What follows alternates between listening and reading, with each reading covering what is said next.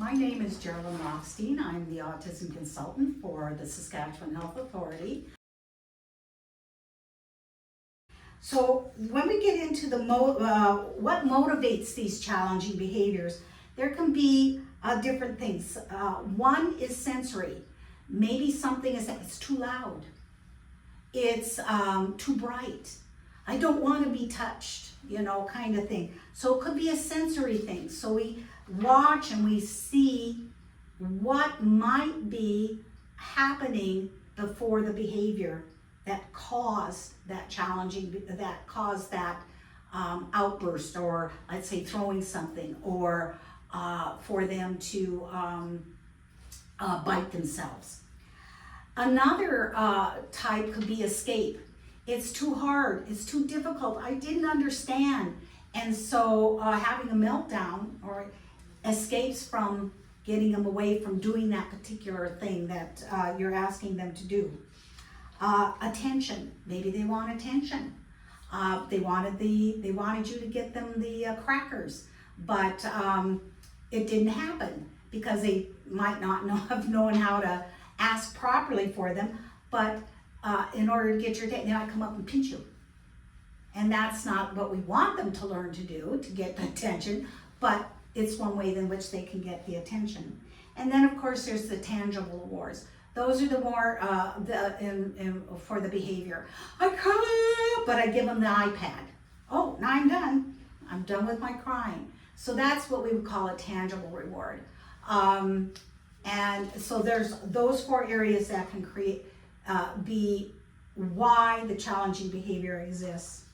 So when we look at those challenging behaviors and how we can help and move with those, we have what we call the ABCs of behavior. So antecedent is A, B is behavior, and C is consequences. So antecedent, all that means is what came before. And just talked about what things could cause the challenging behaviors. So what happened just before the behavior happened, so that it helps us to understand why that behavior may have happened. And then of course, what's the consequence after? So for instance, for that tangible reward, I'm crying, I give them the iPad, they're done. The consequence is when I cry, I get the iPad. So that's, or when I bang my head on the floor because I'm frustrated, it makes me feel better. Don't ask me why banging your head on the floor would be frustrating. There is a theory that when the child engages in these more severe forms of self-stimming, such as head banging, that it releases endorphins in the brain, which actually make us feel better and can help calm us down. So that's just a theory, by the way. It's not the reason. I haven't discovered that yet, but it could be why. So the next area I'd like to talk about is how do we know the difference between a meltdown and a tantrum? A tantrum is when they get what they want, or something happens that what was going on in their mind happens, and then it's over with. They're done crying, they're done screaming, they're done kicking, or whatever it is they're doing, they're done. That's the tantrum. A meltdown is when no matter what you do, no matter what happens, they cannot be soothed. They'll cry and cry and cry and cry, and they'll cry until they are exhausted.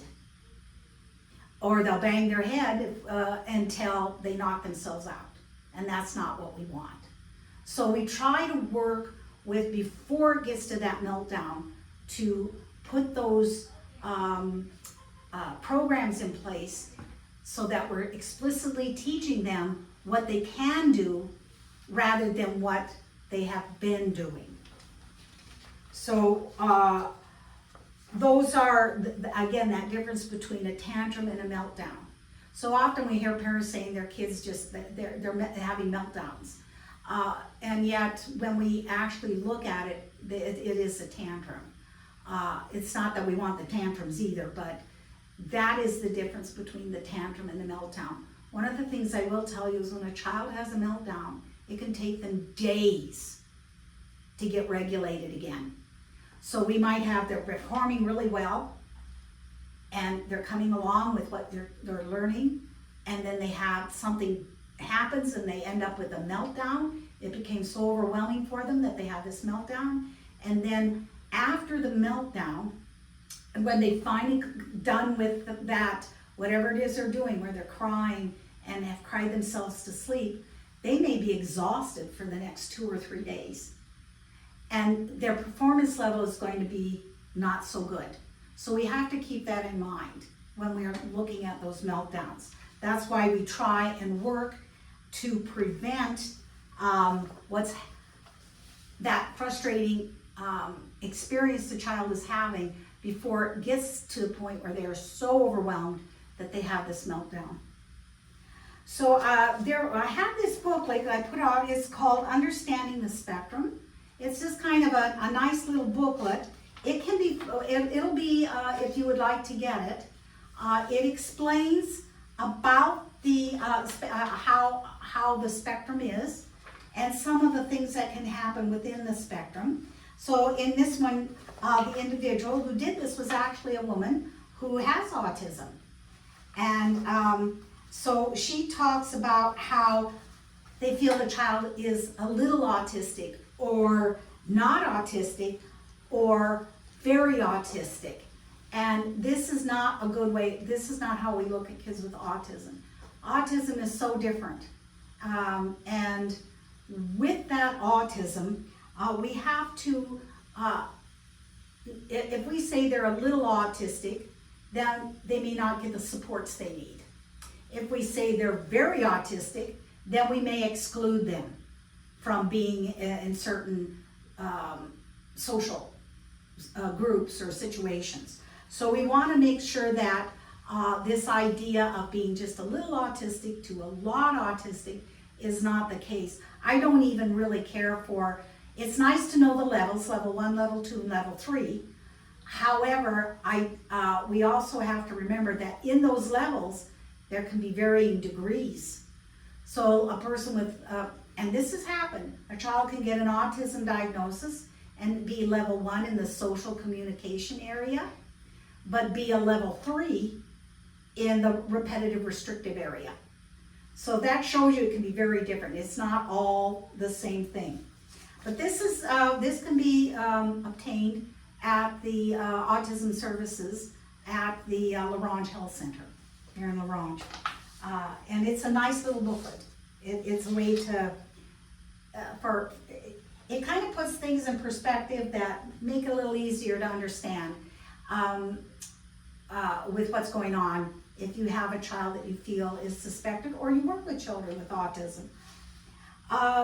Often when we see those challenging behaviors, the things that I just talked about, that's all we're seeing. We're not seeing the other part of the child.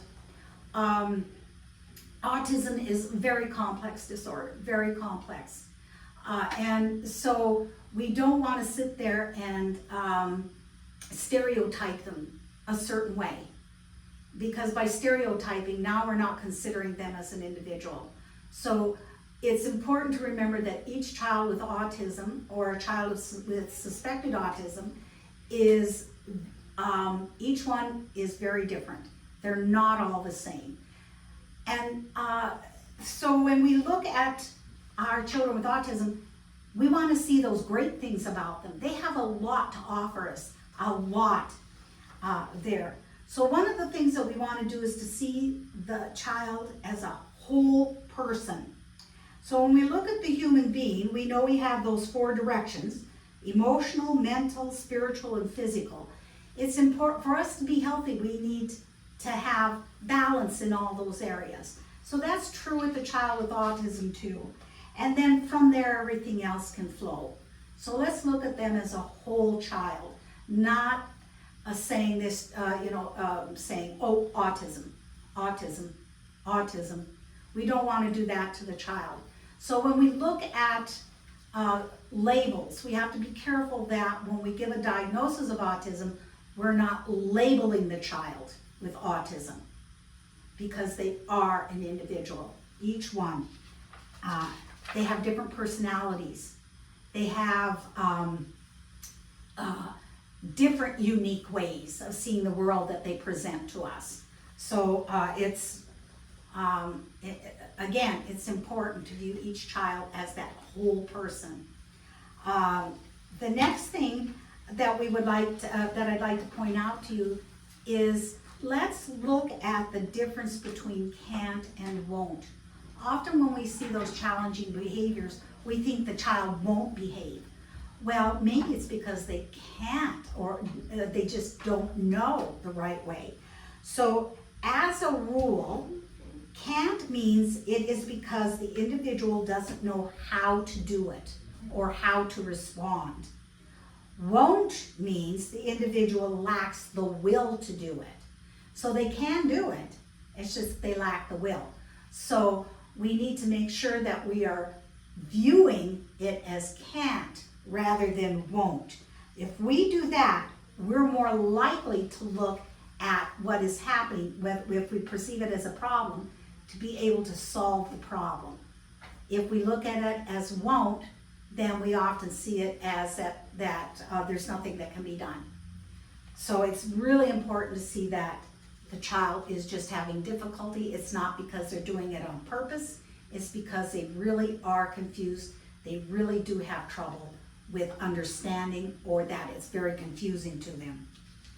Another really great way to see the children with autism is that they are a concrete thinker. They see things in black and white. It can pose problems too, but they see things in black and white. In other words, like it is or it isn't, or it's like this but not like this. There's no in between for them. In other words, there's no gray areas. So when we look at lying, for instance, and we tell them that lying is wrong, but then someone tells a white lie and we say that's okay, that can be very confusing to the individual with autism. So we must explicitly teach them about how the difference between lying that hurts people and a white lie that doesn't hurt the person. It actually is trying to save them from having bad feelings. So that's how we look at with that concrete thinking and how we can move around it and work with it with the child. So one of the things you can do is pause and consider your phrasing. Make sure your phrasing isn't ambiguous, or it might be suggestive. Make sure it's explicit. If you want the child to put their coat on, then say to the child, put your coat on. It's very explicit, it's very concrete. But to say to the child, it's time to go, and then expect them to go and get their coat and put on, that's something that is very difficult. They don't pick that up. It's a social cue they don't pick up. So, and it's ambiguous, and it doesn't really tell them what you want to do. So keep in mind that you pause and consider how you phrase things.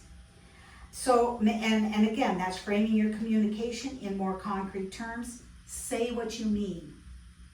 And it's very important to say, if you don't want them to yell at people, instead of saying, don't yell, say to them, speak in a soft voice. Then you're telling them exactly what you want them to do. Saying don't yell is just it's too vague for them. They don't pick up on that social cue. They do much, much better if you tell them exactly what you want them to do. Our social area is full of what we call the hidden social rules. People who are not autistic pick up on those very well. People with autism, it's also true with kids who have ADHD, have difficulties in picking up on all those hidden social rules. So for instance, like I mentioned earlier about slapping the kids on the rear end, they don't pick up on those, so that's not appropriate in social settings, kind of thing. So they will need, again, that explicit teaching with what those rules should be. Unless they're blind or have a sight problem or visually impaired in some way, individuals with autism, children, they're visually oriented. And when they're visually oriented, we can use our visual We can use visuals to help them. You can use pictures, we can use word charts, we can use schedules, and we can use little things that might have a reminder on them. So for instance, if we don't want the children to go out the door, then we put a stop sign on the door, and next to it, we might have where they have to be with a parent holding a hand. So we would have that picture. So it's a reminder to them not to just go running out the door. So we can use those visuals. Here's an example of a visual that we can use to try to teach the child to know where they're at emotionally. So one would be that they're happy, and then we have a happy face there. We can actually use a picture of the child with a happy face. 2 means they're annoyed, but they're still okay. They can handle it. 3 means that they're frustrated and things are starting to get like, I need help. And this is where intervention is important. This is where we can prevent them from moving up the ladder to where they get out of control. So number 4, they're angry, and 5, they're out of control. So we can read this as being frustrated, that I'm ready to throw, and 5, I am throwing. So that would give you an idea there. And we can show these pictures like this.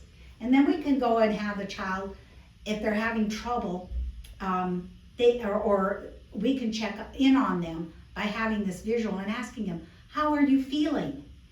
We have to teach them how to use this, by the way, but once we've taught them, it gives them a way to communicate, and it's visually oriented for them.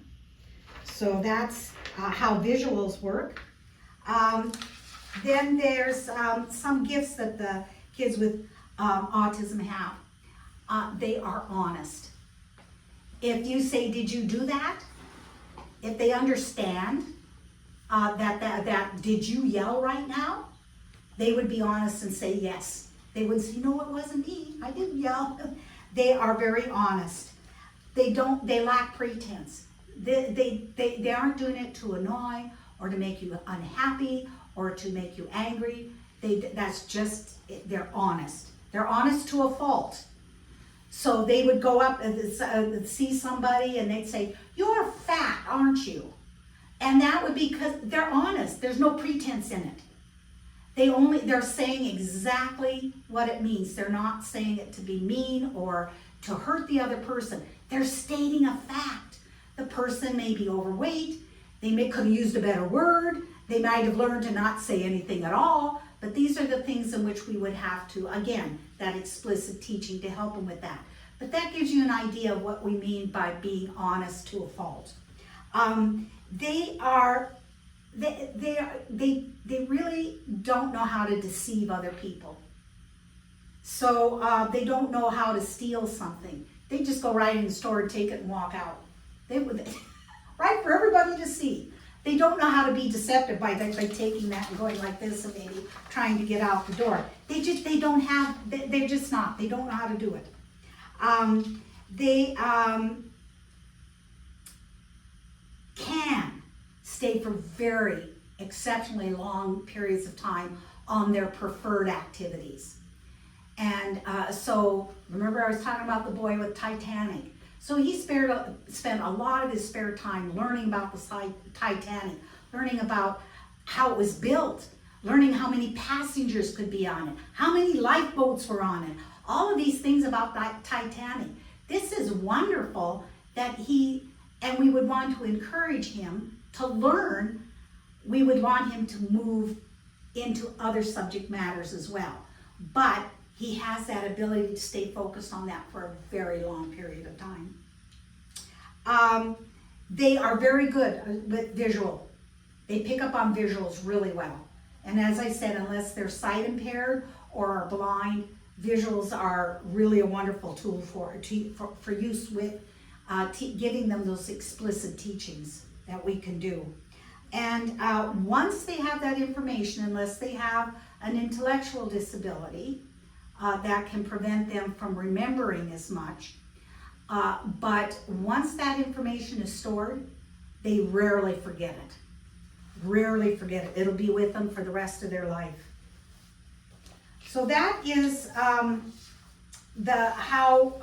just kind of a quick overview of autism, what it looks like, how we see it, how we see kids with it, how they can be I know I spent a lot of time on the negative aspects of it, but there are a lot of positive aspects.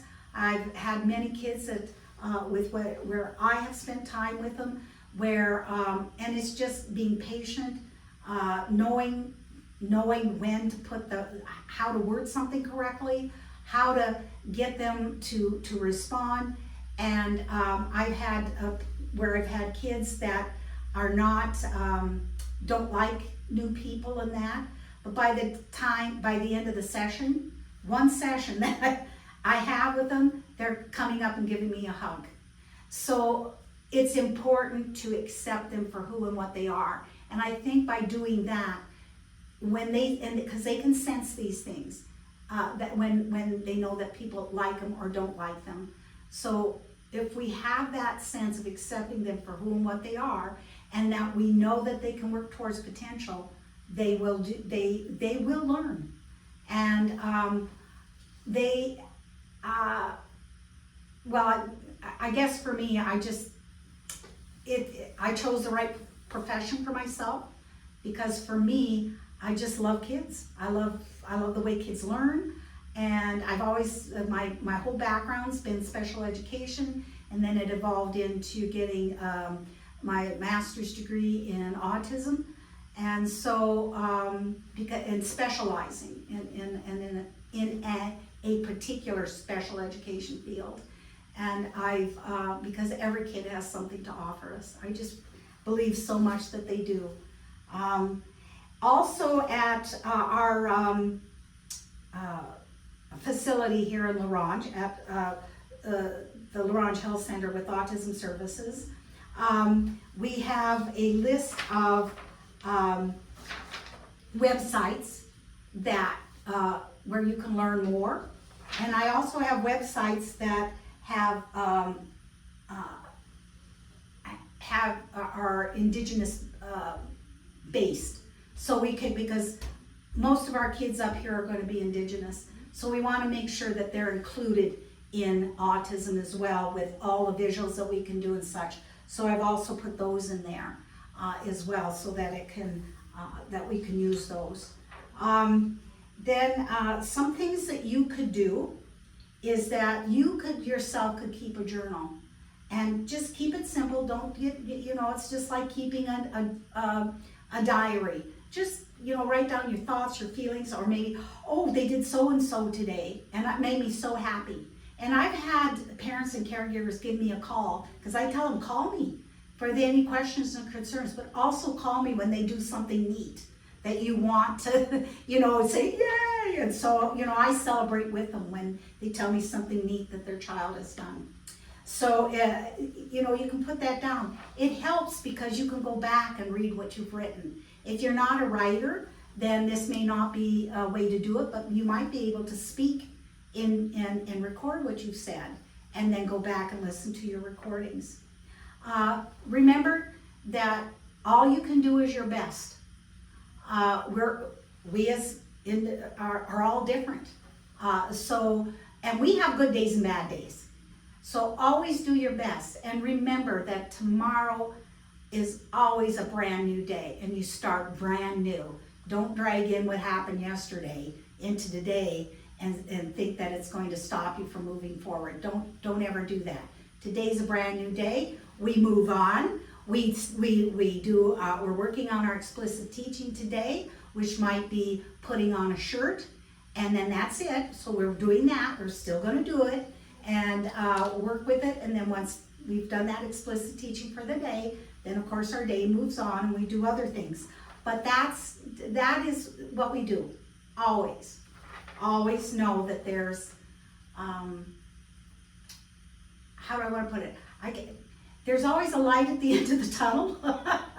Because as I said, there's going to be some bad days. There may be a bad day. It could turn into a bad week. It could turn into a bad month. But that is what Autism Services is there. We're there. You can call with those questions or concerns, and you can talk about those things.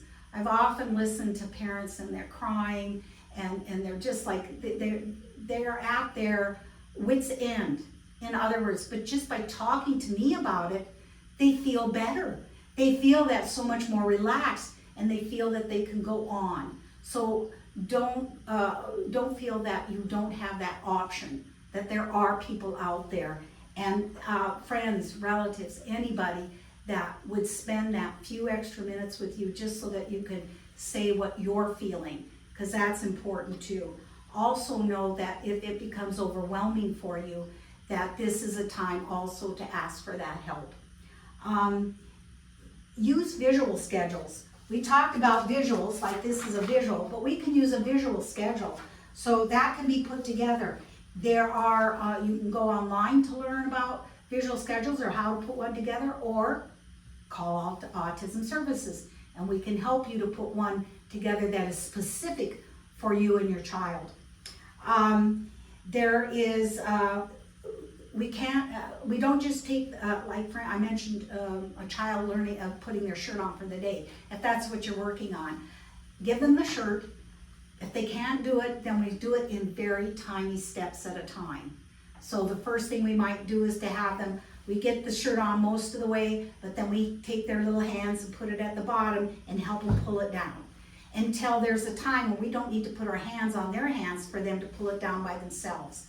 And then we move to the next step, which is to get that arm almost all the way through the sleeve, then have them to help them finish putting it through the rest of the sleeve, and then they can do the rest, the pulling down on their own. Then we do it with the second arm until all of that's done, and then with the head.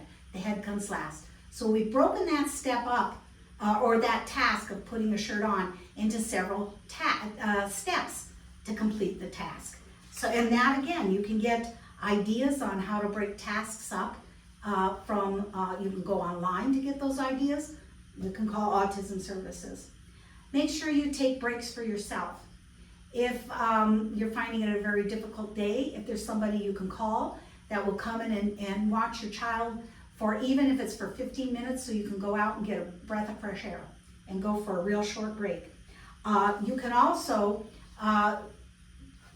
if you can, because if your house is designed so that the child isn't going to run out or get hurt on something, go into your bedroom. You don't have to shut the door, but go into your bedroom and sit down on the bed.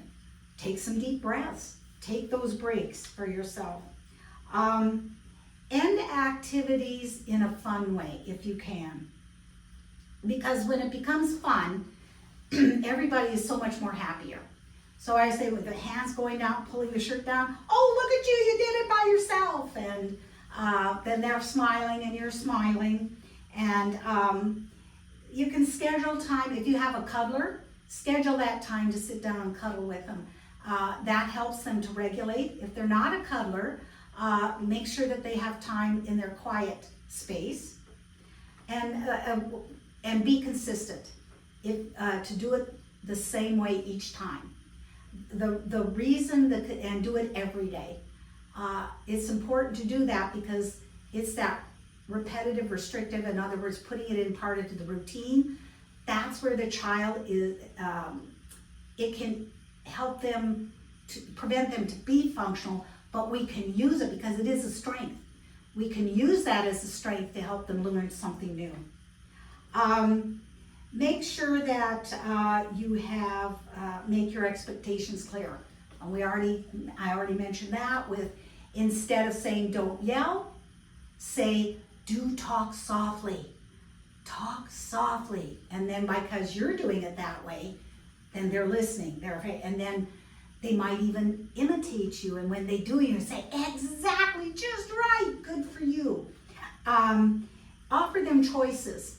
So this is a good one we can do, and it helps with their language skills, is they want something to drink. They might go and be independent and go and get it on their own. But if you have it set up so that they would have to tell you they want water or do they want juice? Do they want juice or do they want milk? Things like that. So to have them, give them that choice. Do you want to wear the red shirt today? Do you want to wear the blue shirt today? So all these ways that we can do with the making the choices, offering choices to them throughout the day. And then once you give a direction, it's important for you to follow through. So if you gave the direction for them to pull the shirt down and he's not doing it, take your hands over his hands or her hands and help them to pull it down. And so you've carried through with that direction with them. It says to unclutter your house. Try to keep it as free of clutter as you can. I know our houses around here and all of our communities actually are quite small, and there's a lot of people living in each house. But try to keep it uncluttered as much as you possibly can, and be able to provide that calming space for the child, a quiet area for them. Make sure you give praise. You don't have to do high fives for everything. You don't have to do, fist bumps for everything. It can just be a quiet little comment that you see them do something that you're hoping that they were going to do, and they did it, and you can say, "Good for you, you did it." And it doesn't have to be fancy or anything. They just hear that. It's a good way to give praise.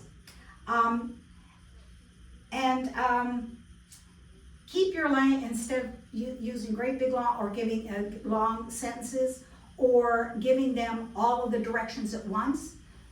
Keep your sentences short, keep them simple, and give one direction at a time. I know our days get busy, but try to slow down yourself enough that you can do that. So those are some ideas of things that you can do. And again, the websites are really good for that. And I do have a list of those websites at the Autism Services at the Ronge Health Center. So thank you very much for listening, and I hope I made things a little more clearer for you as to what's going on. And again, if you have any questions or concerns, you can always call Autism Services at the Ronge Health Clinic. The phone number there is 306-425-8509. Thank you for your time.